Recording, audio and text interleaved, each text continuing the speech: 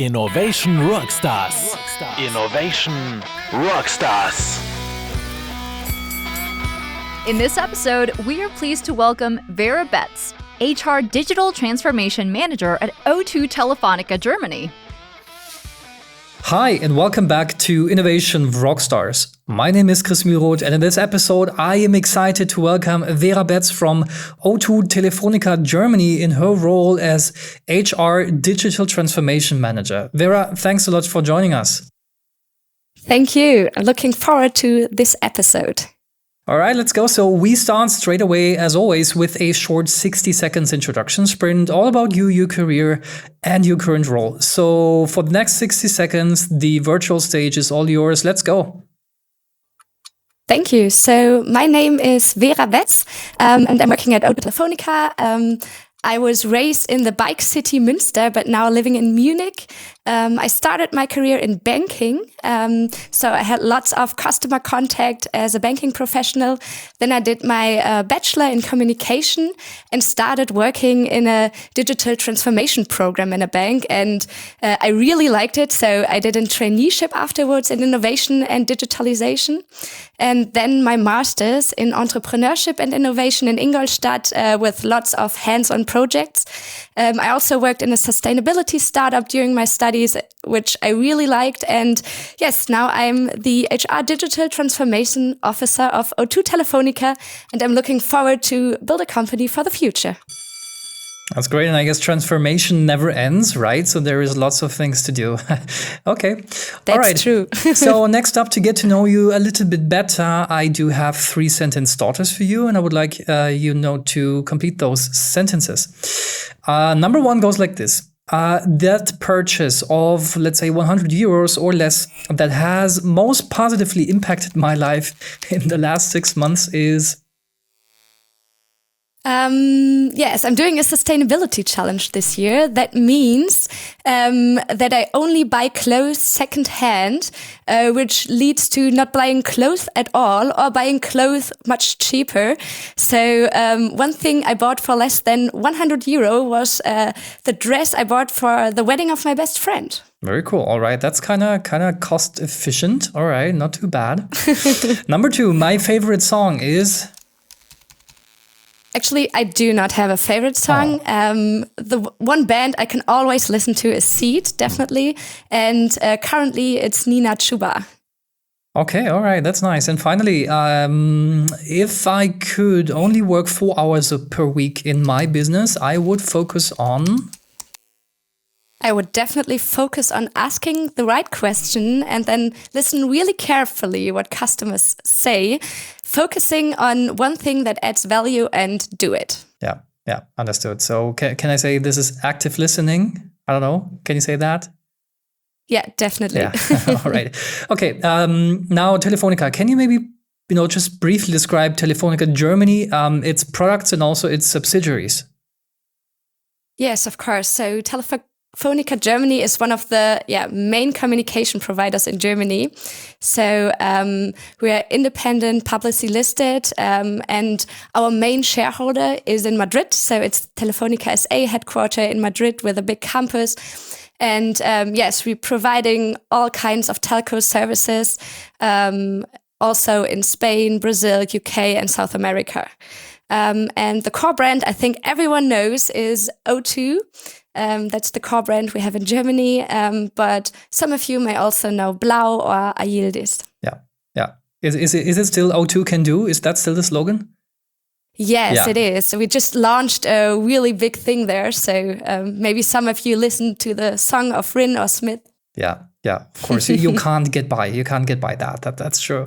Yeah, that's interesting. And I learned, Telefónica will soon actually celebrate its 100th birthday anniversary. So anything planned, a party, something? Yes, so our mother company in Spain will turn 100 in 2 years. I heard some rumors, but there's nothing specific I can share. But one thing we celebrated this year in Germany was the 20th birthday of our core brand of O2.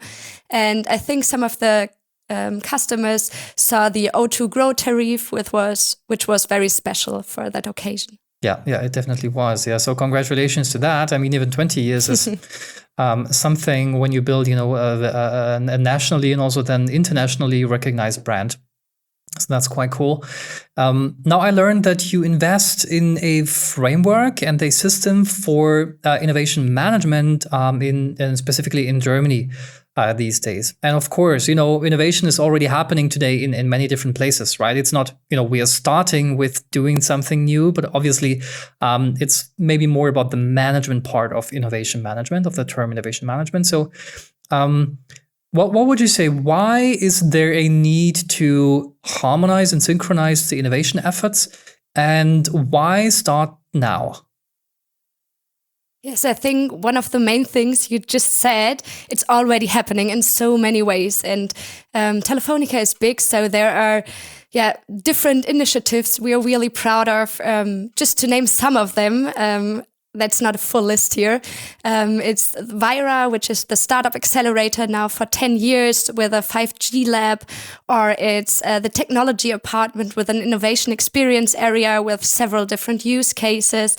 And we have, a lot of further internal innovation activities within the different business development areas. So we feel like there's already so much happening at Telefónica regarding innovation. So we as HR want to provide a framework where all those people can connect and bundle the strength and develop the right innovations together. So as I just said, we are a big company, so synchronizing and collaborating is a big thing to be a future-proof company.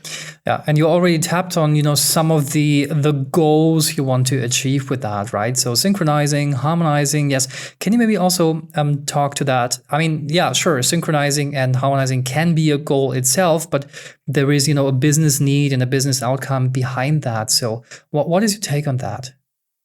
Yeah, definitely. So we don't do that synchronizing and collaborating for nothing. Right. So our main goal is definitely to generate value for the customers and to grow strategically. So yes, we want to have that overview of trends and their relevance to really prioritize our innovation activities. Yeah. And also to, what we see happening specifically in large organizations and also global and or international organizations is that there is so much happening that sometimes you even don't know what exactly is happening where, and there might be some overlaps, right? So there might be some learnings made by somebody in department somewhere all around the globe. But this knowledge might be, or these capabilities might be interesting and might be needed for a currently, another running project in a different department, but nobody knows. Yeah. So it would be great to connect those people together and say, well, actually, what you're working on is great. We have the same thing. So do we want to collaborate? Do we want to do that instead of, having two separate things? That's something that, for example, happens in large organizations for sure. And I guess bringing transparency to that really helps a lot, right? To also, be able of focusing the resources, not only financial resources, but also the human resources. And by the way, human resources is a great tagline because I'd be utterly interested in why you're driving this by HR. But before we do that, I actually would like to play a quick game. The game is called Either Or, really simple. And this is how it works. I give you two options. You choose one of those options and then spend, 1 or 2 sentences each to explain why you chose a specific option. And speed is key in that game, right? So, okay, let's start. Number 1, Mac or Windows? Windows, but iPhone. What? So Why? I think there's nothing more to add. Interesting combination. Okay, because of the camera or? Yeah. No, I started using Windows, and then all companies I worked for, everyone used Windows, so I did that too.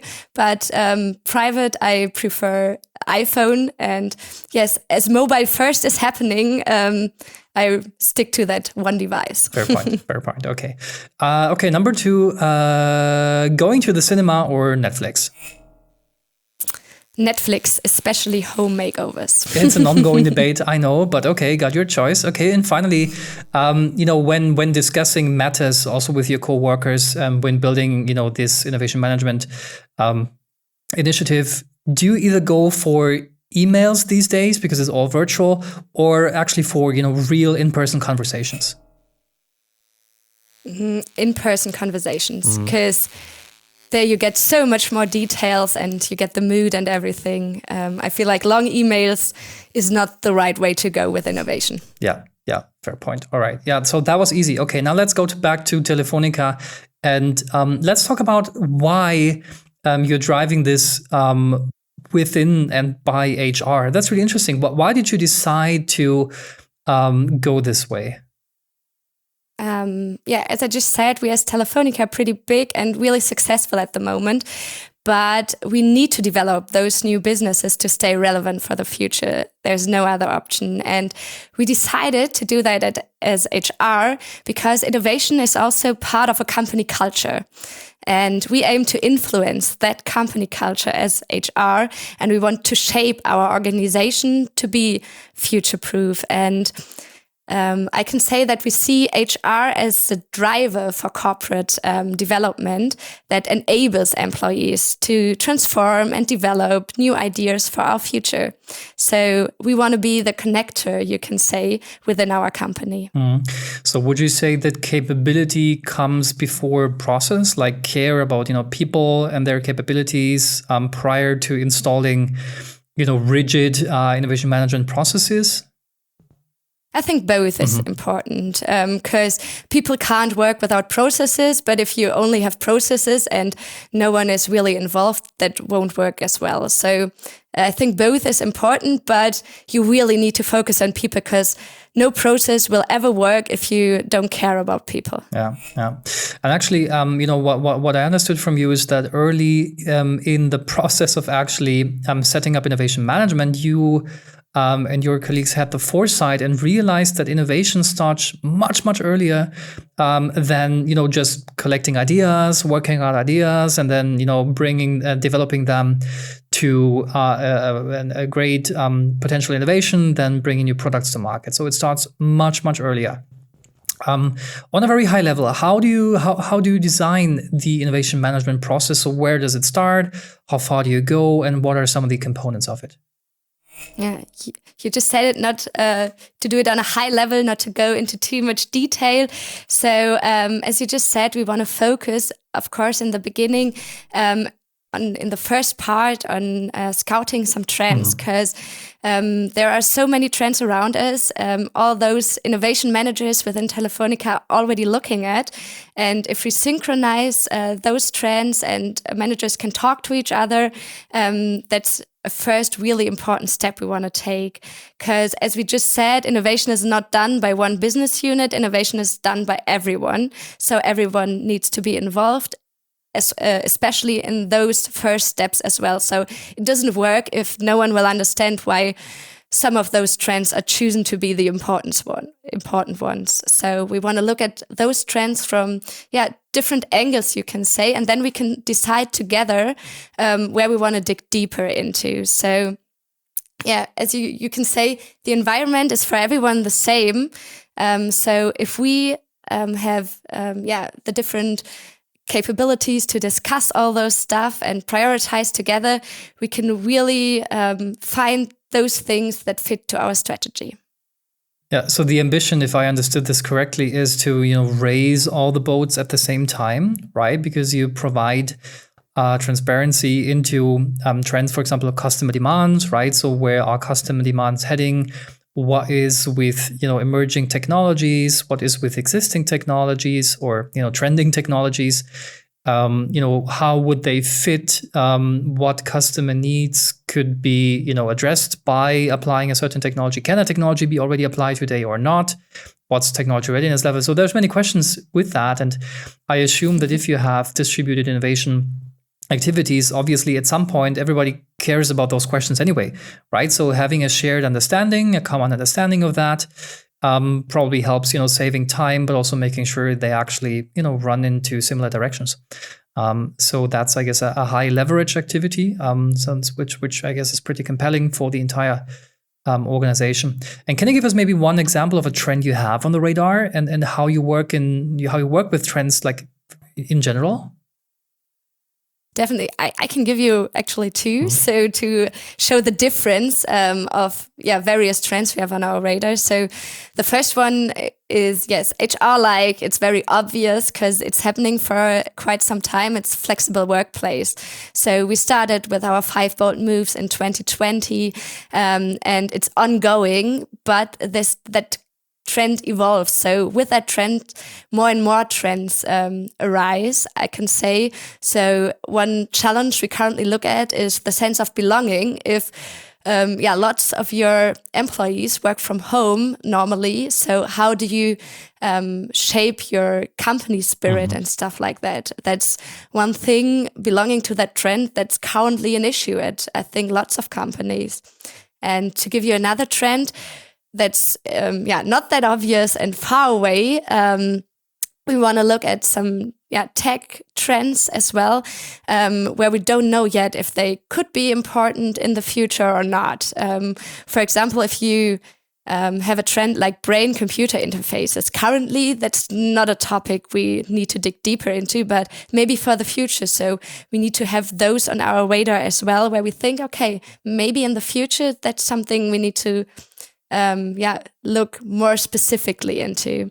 And the other question you just asked, I think, was how we work with those trends. And I'll give you a small example from our team meetings, because we have a format that's called Trend Snack. And snack is the shortage of that format, I would say. We use 10 minutes in each team meeting we have to discuss some future trends in 3 different parts. So the first part is the definition. So everyone in our team has the same understanding what a trend is. The next part is a use case or an example. So you understand more about that trend and see, how is it applied in the real world, I can say. And the third part is what impact could that trend have on us as Telefónica or on our HR organization. So that's something, really quick, I'd say, which you can implement in your daily or weekly work. And it helps us to discuss, get new perspectives, get inspiration for maybe even current projects we're working on. Yeah, I think that's a nice format, a snackable format, right? To kind of ingest this into different teams or different team meetings. That's I guess a great idea. And I think particularly that's maybe not only for you, but for many organizations we work with is that then answering the questions going forward, like, okay, why change and why now? So why should we care, right? Why is this important? What's probably the impact on the business? These are some tough questions, right? Because you, of course, transformation change is always something that requires, an effort, and you need to be bold and brave to kind of go through that. And also make sure you're pulling through. So, why change? Why now? I guess is kind of answered by, or at least tapped into the answers by, what's the impact on you guys? So that's, I guess, a very important aspect of this, right? Because otherwise it's, informational, that's great, but why should we care about this? And if you had some good arguments, then they listen, right? Then they say, well, that's actually interesting. I didn't, think about that. But yes, it's impacting our whatever product portfolio or the service portfolio or, something that we're already working on. Which might become more important or now obsolete because things change. So that's, I guess, important signals you can give, or impulses you can give to different teams. Yeah. Definitely. Just one example. Once we discussed more deeply about diversity topics, and then one colleague said, we have a diversity topic here. Maybe we can include some parts of our discussion so we get even better in our current projects. So it can be something, really tangible for the moment as well. Yeah. And from your HR perspective, what are some of the skills that future employees need when developing future products? Like, sure, innovation, okay, well, that's a broad term, but what are some skills and capabilities that you think are required to have going forward? I think the first and most important thing is curiosity. So employees needs to be curious and try to experiment and don't be fearful, I'd say. And then another thing is focus on the relevant task, because there's so much happening everywhere in every company for every position.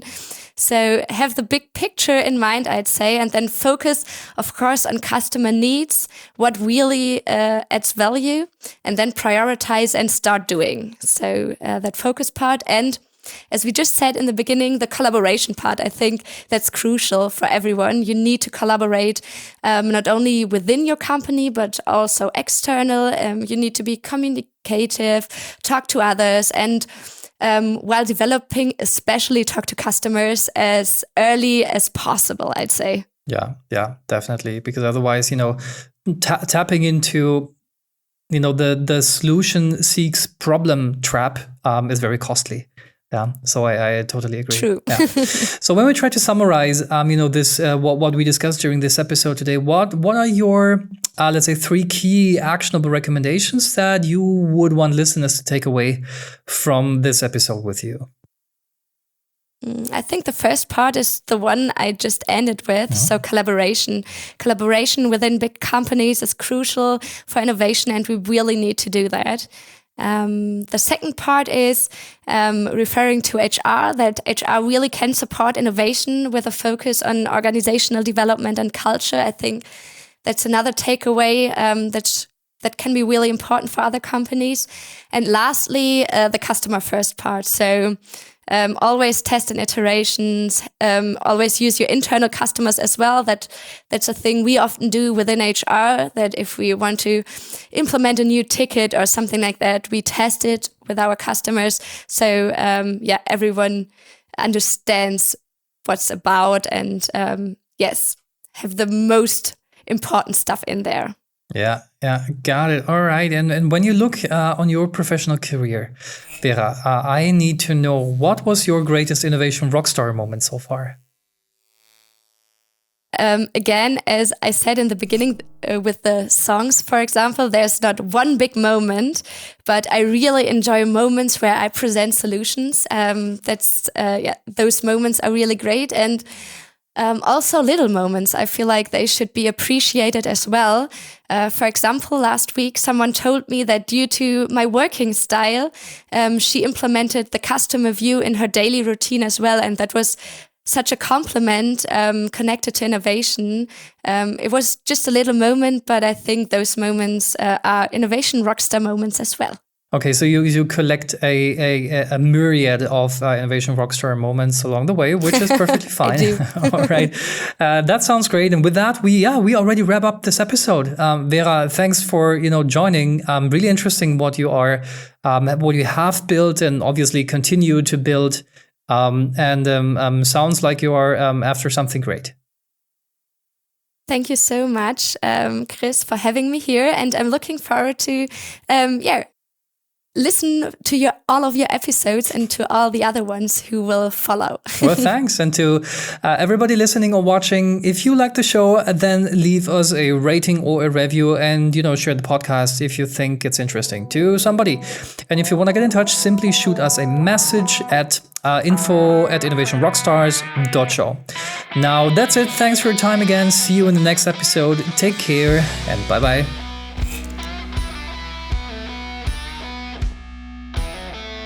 That was innovation rockstar Vera Betz from O2 Telefónica. If you would like to give us feedback on this episode, just shoot us a note at info@innovationrockstars.show. For more inspiring innovation stories, visit our website at www.innovationrockstars.show or browse through our Innovation Rockstars channel on all major podcast platforms.